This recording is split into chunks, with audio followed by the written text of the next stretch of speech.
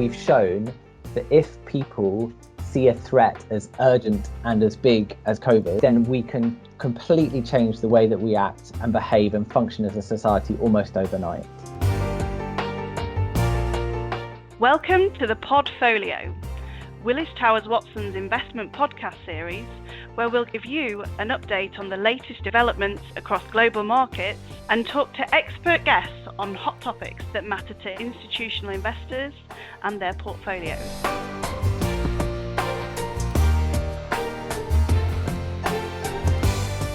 Hello and welcome to this episode of the Portfolio podcast with your host, Lochmar.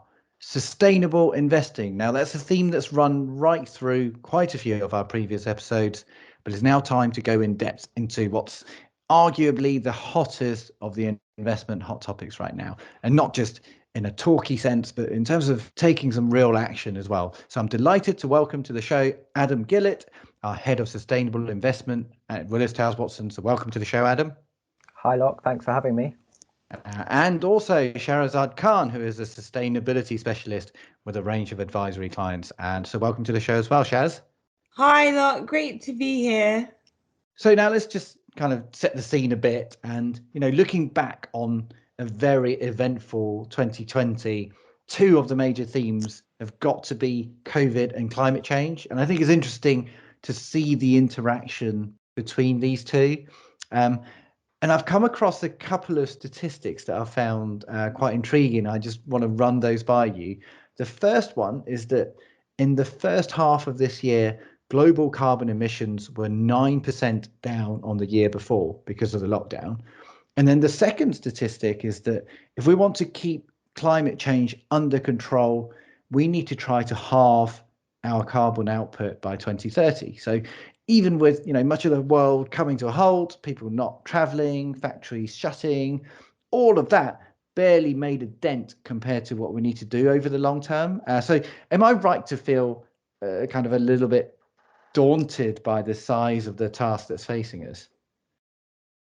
I think you're absolutely right to feel daunted, to be honest, Locke. It's an enormous task. So tackling the climate crisis, the crisis of inequality, biodiversity collapse, and many more, it's an enormous and really urgent challenge. And the extent of the change that we need to make is completely broad across all areas of our society, financial systems, economies, and really, really deep and fundamental too. So yeah, it's a pretty big challenge. To your stats, so just to put halving in context, halving in a decade, then that's about 7% a year. So it's doable, but it's going to be really, really tough. And it might sound a bit flippant to talk of kind of interesting lessons from COVID or something like that, because it's been so traumatic and really, really horrendous for nearly everyone around the world. But I think COVID has taught us a couple of things that give me some cause for optimism. Not that I'm the biggest cheerleader for optimism, you'll find, I'm afraid, but there are some causes for hope through it. And the first is that I'd say that we've shown that if people see a threat as urgent and as big as COVID, then we can completely change the way that we act and behave and function as a society almost overnight.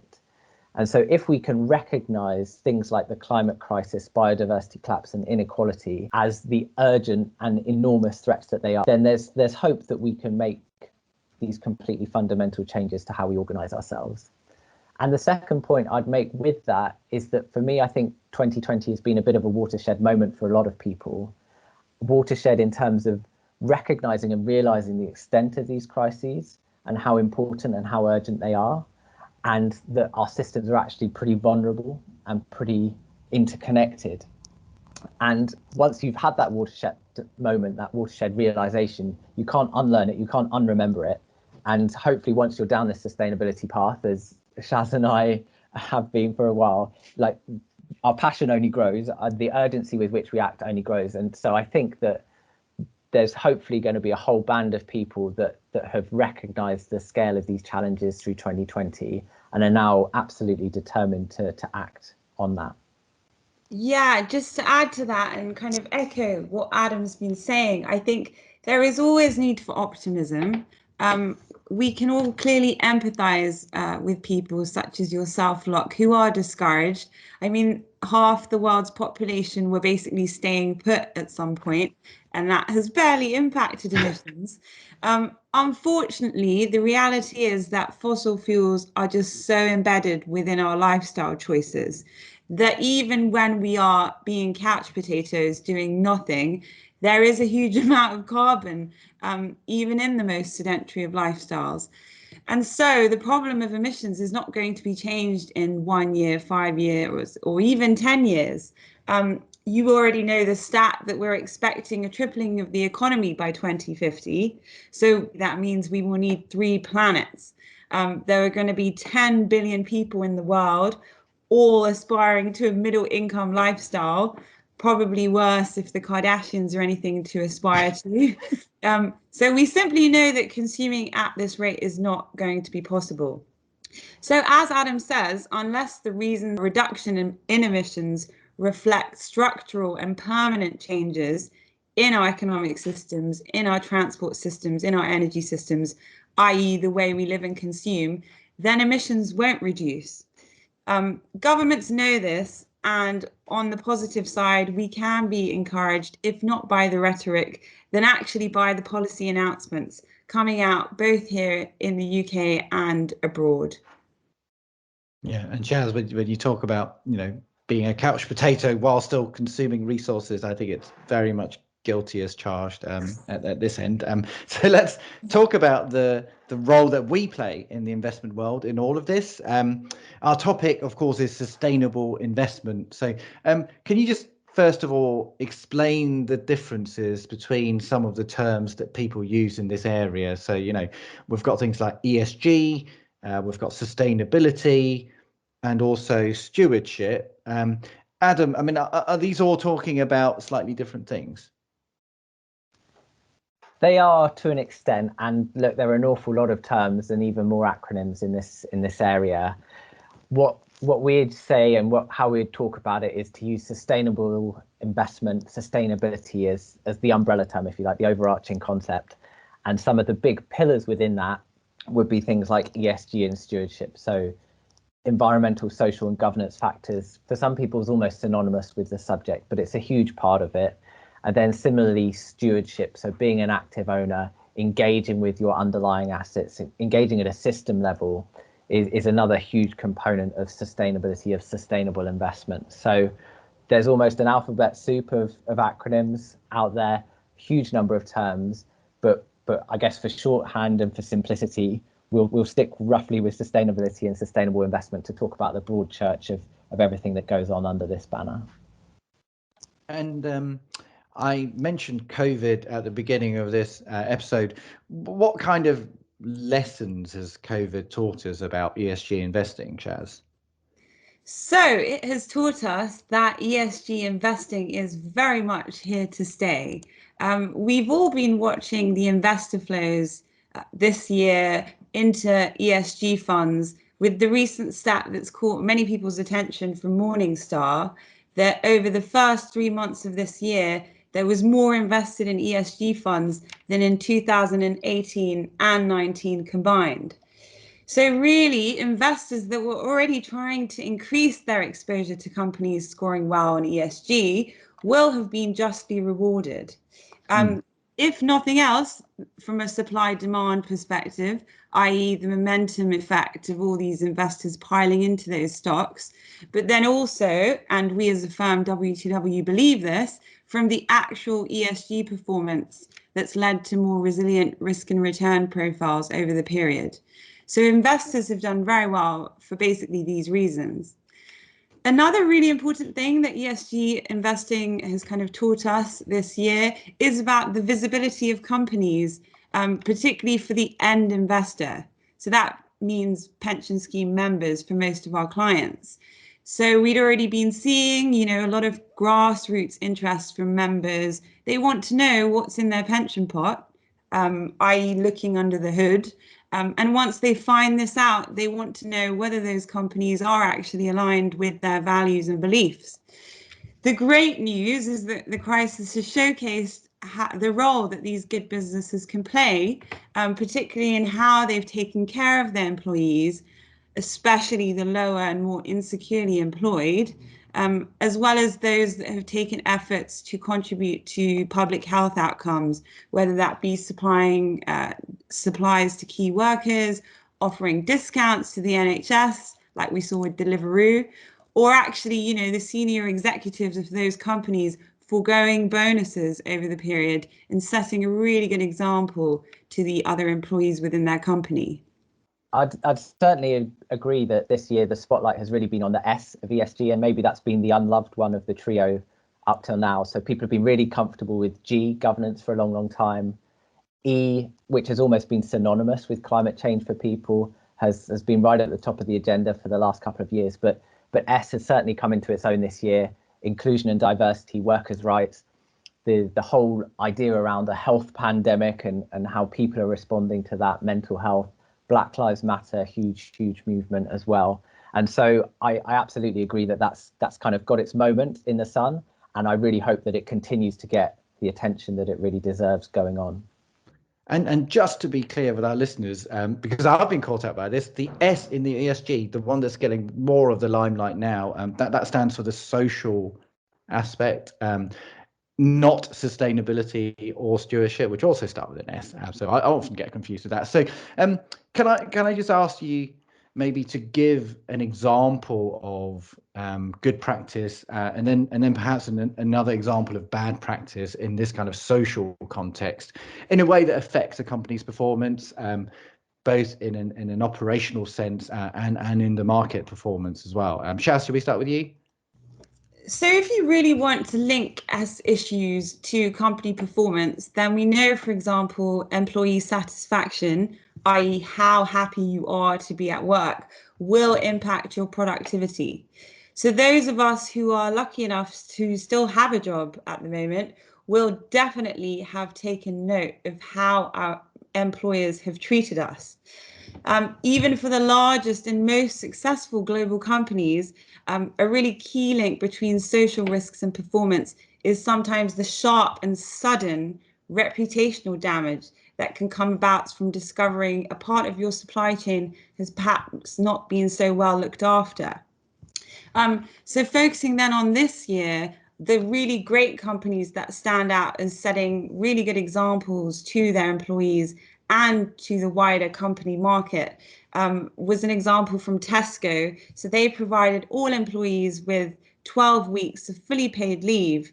And that's to all employees who were vulnerable because of pre-existing health conditions, who were pregnant or over 70. So we've really seen management quickly change tact and rectify situations where they haven't been doing as well as those companies who wish to set an example to others, really using this as an opportunity to do so. And not to add too much negativity to a lot of really good positive actions and examples from companies that there have certainly been, but there have been a few that major missteps, and they've certainly got into press headlines, as you'd expect. So Shaz mentioned supply chain management. I think that's one that's really come under the spotlight recently, particularly in issues in areas, such as fashion and food retail, and a couple of high profile names that saw an awful lot drop from their share price overnight on that front.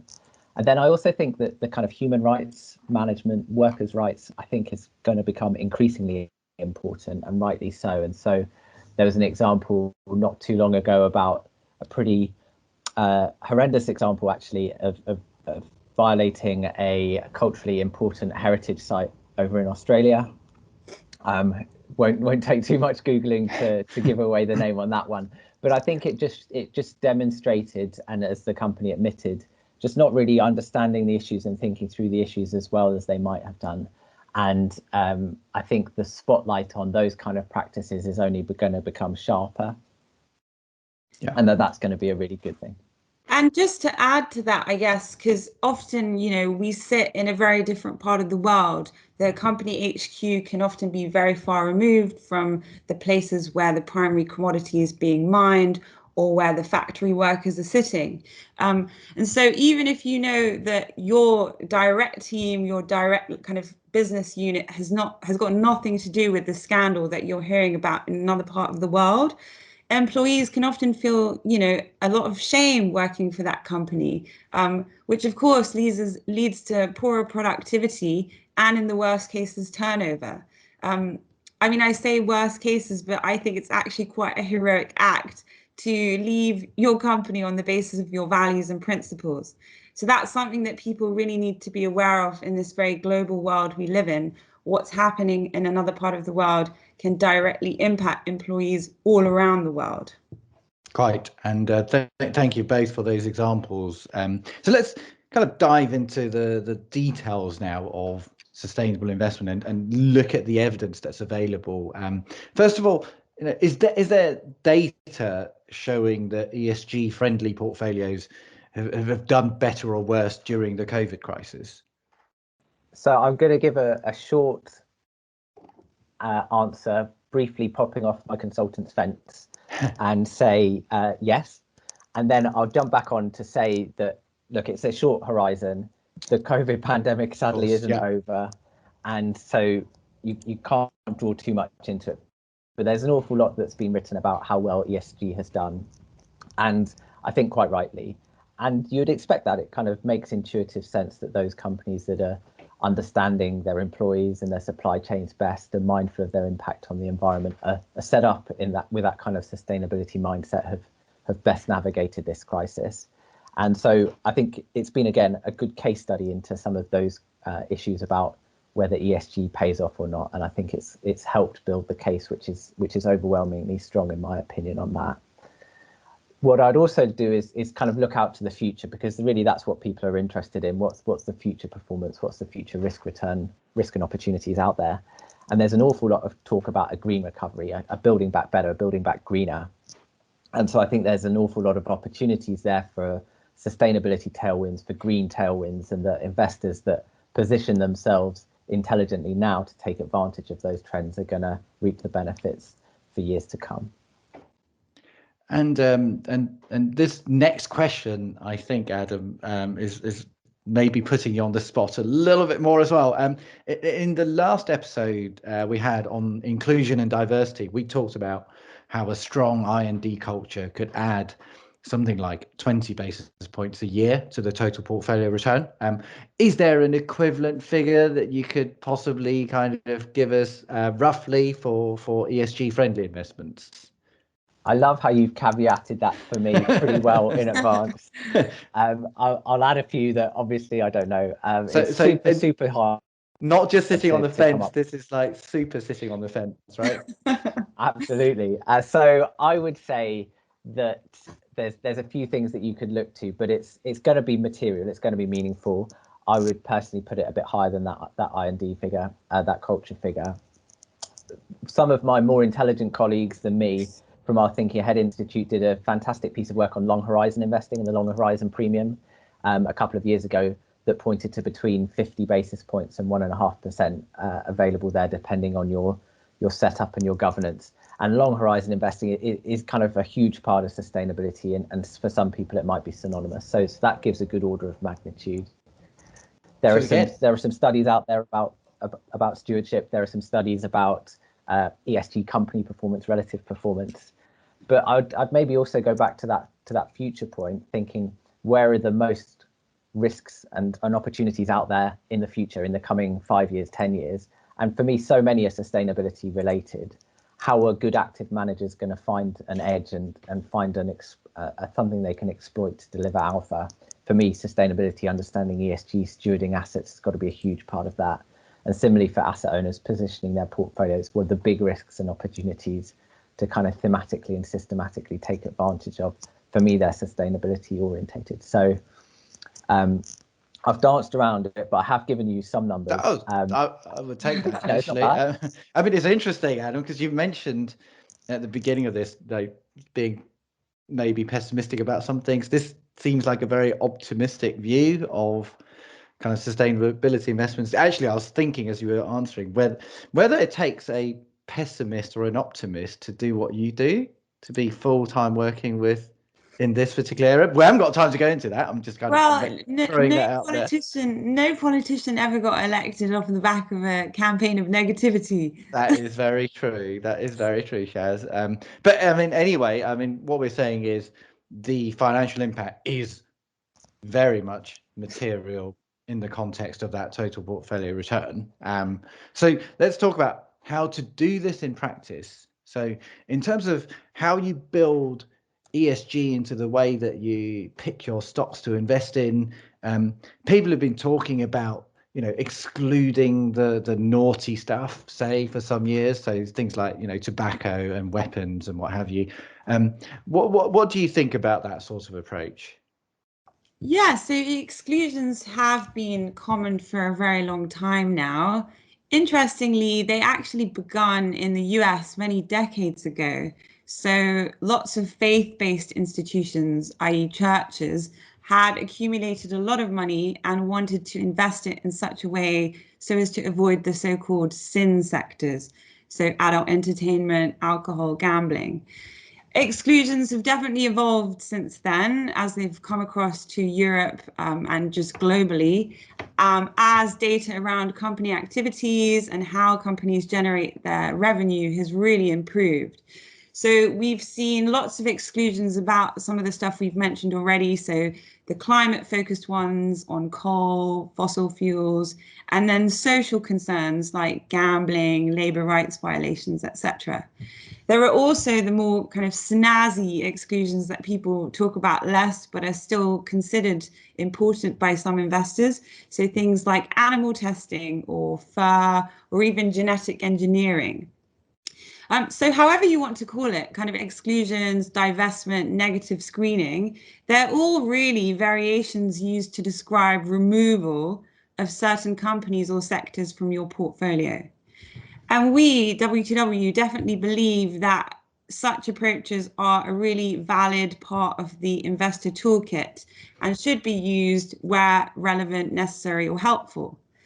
So many active managers will exclude companies already, whereas index or passive indexation managers, we've yet to see them include exclusions as standard, but there are certainly interesting conversations going on as to whether the kind of common controversial weapons or worst human rights violators should actually be taken away from the mainstream indices as the kind of default setting.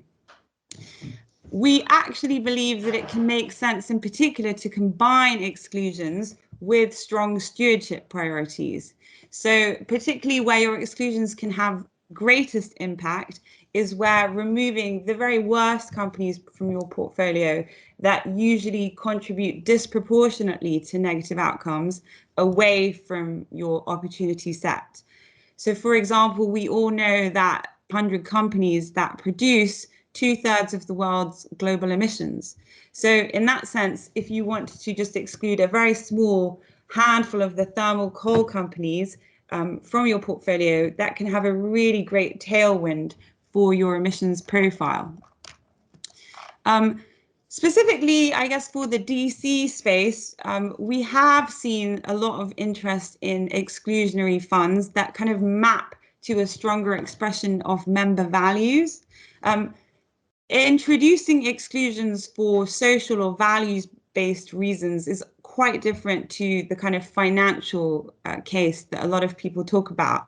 So some people excluded tobacco in the late 90s and were kind of very resentful, if you like, of the returns they then lost out on.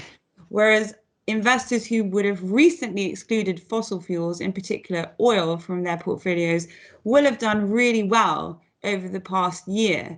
So you can see that there's a balance and lots of different reasons why investors apply exclusions.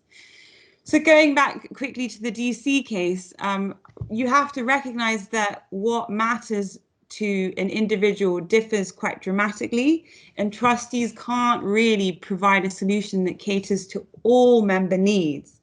So to make that kind of decision as to what funds to offer their members, trustees will often seek member feedback or consensus, but then they're also trying to capture the broader public sentiment around particular issues. So overall, I think it's a difficult challenge for trustees as they try and understand and reflect the priorities of these different stakeholders when they're thinking about adding these kind of values-based products to their fund range. Yeah, thank you, Shaz. And what we've just been talking about is, how you invest maybe across a market with an eye on these ESG factors. And then more recently, I think we've seen the development of these positive impact investments. So instead of just trying to exclude the stuff that causes harm, you're kind of consciously making investments that would actually do good as part of that business. And can you give us a few examples of these? And both in terms of, again, the investment characteristics, but also the wider impact as well. Sure, I can take this one, and I think that this has been one of the big, more recent trends, as you say. People increasingly thinking about and aware of the importance of investments' impact on the real world, and wherever positive, trying to make that a positive impact, which sounds very simple, but is probably much harder to do in practice. And what I'd like to echo from Shaz's comments is that for most investors, the financial thesis is absolutely paramount to this. So investing in absolutely great sense on a risk return basis, but have this added tailwind, this added benefit of having a positive societal or environmental impact. And I think there are a whole range of options here for people. We've invested in a lot of them, and I think that they can come up across all different types of assets. So there are some really cool ones in alternative credit at the moment that we've spent quite a bit of time on recently, and that's providing people with alternative financing, smaller scale financing for things like installing solar panels on kind of domestic roofing, that kind of stuff. And I think that those are quite interesting funds, quite interesting developments as the energy supply becomes decentralized and democratized. Then I think you can look to real assets, and this is somewhere that's really, really rich for these kind of impact investments. And so whether that's investing in real assets like buildings or infrastructure, there was a fund that we recently invested in, which is a forestry fund in the UK, which is brilliant. There's an awful lot to talk about nature-based solutions, reforestation, and so that's great.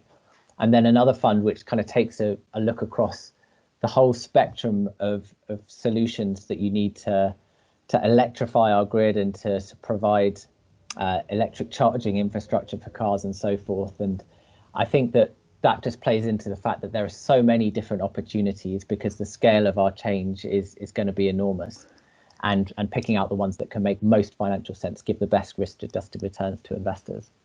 And then I think it even extends into listed assets. So in areas like public equities and so forth, there's been a huge upswelling of strategies that are really focused in a space, trying to invest in companies that give really great products and solutions to these kind of sustainability challenges, but also trying to apply their own stewardship to help those companies realize their full potential and to help those companies improve their impact on society and the environment. So a real wide range of strategies that are out there, all asset classes, and I think that they provide some really fantastic diversifying risk-adjusted return opportunities as well. Thank you for those examples. And a reminder for our listeners, actually, that in episode 7 of our podcast on weird and wonderful opportunities, we also talked about some other examples of positive impact investments as well. Now, we've talked about the positive case for ESG and sustainability, and I just want to kind of flip this round a little bit. So let's just pretend that I don't actually care much for this ESG stuff beyond complying with any new regulations that I have to. What could I stand to lose with that kind of attitude? Is it just that extra bit of return that I'm giving up on that, Adam, you've tried to quantify, or are there actually, potentially other dangers to be aware of as well? So the really big one, I think, is reputational risk. No one likes a hypocrite. So if you are a pension scheme, often you can look to your sponsor for guidance, obviously for funding, but then also if you go on any of their websites, you'll normally see a huge dedicated portal focusing specifically on sustainability and the business priorities around that. So if you're making loads of kind of business actions, BAU, it really only makes sense to replicate or extend these to the way in which you're designing your scheme and setting investment strategy. Particularly, reputations are called into question when you begin to compare yourself with other peer schemes. So, for example, we saw a couple of years ago when the UK government's Environmental Audit Committee actually sent a letter to the 25 largest schemes here in the UK, naming, shaming, and also faming them on their actions thus far around climate. Given the agenda and the kind of pace of change around sustainability, the area is also very fast moving. So if you fall behind now, it's very difficult to try and keep up. And so we just recommend that all investors look to integrate sustainability to the fullest extent possible as soon as possible. Right, guys, I'm just going to warn you, I've barely got started on this topic. I think ESG and sustainability is such a huge topic. I kind of want to devote the right amount of time to it. So I think what's best is probably we're going to pause here and kind of conclude this as part one of our discussion. So for our listeners, can you please now go on to part two of my conversation with Adam and Shaz? You've been listening to a Willis Towers Watson podcast. For more information, visit willistowerswatson.com.